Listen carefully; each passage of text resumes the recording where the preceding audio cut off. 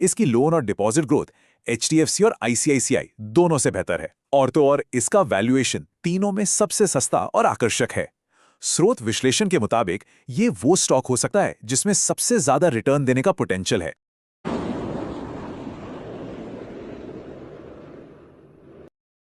नमस्कार। Q3 के नतीजे आ चुके हैं और इसी के साथ भारत के बैंकिंग सेक्टर के दो सबसे बड़े सूरमा एचडीएफसी बैंक और आईसीआईसीआई बैंक एक बार फिर आमने सामने हैं। ये सिर्फ नतीजे नहीं है, ये एक महामुकाबला है। तो सवाल यह है कि इस जंग में जीता कौन? देखिए, इन नतीजों ने एक स्प्लिट डिसीजन दिया है, मतलब कोई एक क्लियर विनर नहीं है। कहीं एचडीएफसी बैंक का पलड़ा भारी है तो कहीं आईसीआईसीआई बैंक बाजी मार ले गया। तो फिर असली कहानी क्या है? चलिए इसी गुत्थी को आज सुलझाते हैं। हाँ, लेकिन विश्लेषण में गोता लगाने से पहले एक बहुत जरूरी बात, हम जो भी चर्चा कर रहे हैं वो सिर्फ जानकारी और स्रोत सामग्री के विश्लेषण के लिए है। इसे किसी भी तरह की कोई फाइनेंशियल एडवाइस या स्टॉक खरीदने बेचने की सलाह बिल्कुल ना समझे। निवेश का कोई भी फैसला लेने से पहले हमेशा एक सेबी रजिस्टर्ड सलाहकार से ही बात करें। तो आज हम इस मुकाबले को 4 हिस्सों में देखेंगे। सबसे पहले हम Q3 का स्कोर कार्ड चेक करेंगे, फिर इन नंबर्स के पीछे की असल कहानी क्या है वो समझेंगे। उसके बाद देखेंगे कि बाजार का मूड क्या है और आखिर में निवेश की रणनीतियों पर बात करेंगे। चलिए तो फिर मुकाबले का पहला राउंड शुरू करते हैं। इस सेक्शन में हम दोनों बैंकों के नंबर्स को सीधे सीधे कंपेयर करेंगे ताकि हमें एक क्लियर पिक्चर मिल सके कि कौन कहां खड़ा है। तो ये देखिए, स्कोर कार्ड हमारे सामने है और जैसा मैंने कहा था, ये एक बटा हुआ फैसला है। नेट प्रॉफिट, एसेट क्वालिटी और वैल्यूएशन के मामले में एचडीएफसी बैंक साफ साफ विनर है। लेकिन जब बात आती है कोर परफॉर्मेंस की, यानी एनआईआई ग्रोथ और सबसे जरूरी नेट इंटरेस्ट मार्जिन यानी निम की, तो वहां आईसीआईसीआई बैंक का कोई मुकाबला नहीं है। एचडीएफसी बैंक की सबसे बड़ी जीत है उसका 11.5% का जबरदस्त प्रॉफिट ग्रोथ। इसी एक नंबर ने उसे हेडलाइन विनर बना दिया है। और इससे यह भी पता चलता है कि मर्जर के बाद जो मुश्किलें थीं उनसे बैंक अब धीरे धीरे बाहर निकल रहा है। लेकिन कहानी का असली ट्विस्ट यहां है।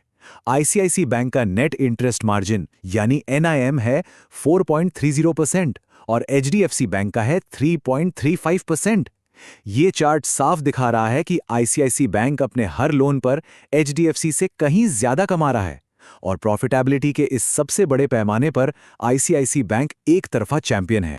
तो चलिए अब दूसरे सेक्शन में चलते हैं और ये पता लगाते हैं कि इन नंबर्स के पीछे की वजह क्या है। आखिर ये स्प्लिट डिसीजन आया ही क्यों? तो देखिए, दोनों की कहानियां ना बिल्कुल अलग हैं। एचडीएफसी बैंक की प्रॉफिट ग्रोथ तो दमदार है, पर वो ज्यादा लोन बांटने से आ रही है, हर लोन पर ज्यादा कमाने से नहीं। उनके मार्जिन अभी भी प्रेशर में हैं।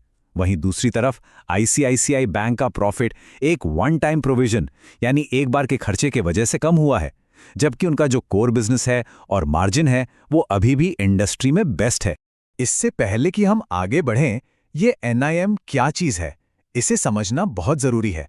देखिए, आसान भाषा में कहें तो एनआईएम ये बताता है कि बैंक अपने लोन पर कितना कमा रहा है और डिपॉजिट्स पर कितना खर्च कर रहा है।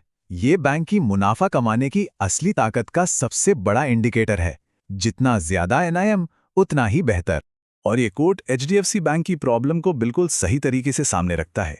मतलब लोन तो बहुत बन रहे हैं, लेकिन डिपॉजिट जुटाने का खर्चा इतना बढ़ गया है कि हर लोन पर जो कमाई है वो या तो उतनी ही है या थोड़ी कम हो रही है। यही उनकी सबसे बड़ी चुनौती है। तो आप देखते हैं कि इन नतीजों पर मार्केट का क्या रिएक्शन है। डेरिवेटिव्स का डेटा हमें ये बताता है कि बड़े बड़े ट्रेडर्स शॉर्ट टर्म में क्या सोच रहे हैं, वो अपनी बाजी कहाँ लगा रहे हैं।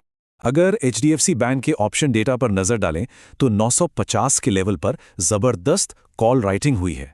इसका सीधा सा मतलब है कि ट्रेडर्स को लगता है कि स्टॉक इसके ऊपर नहीं जाएगा।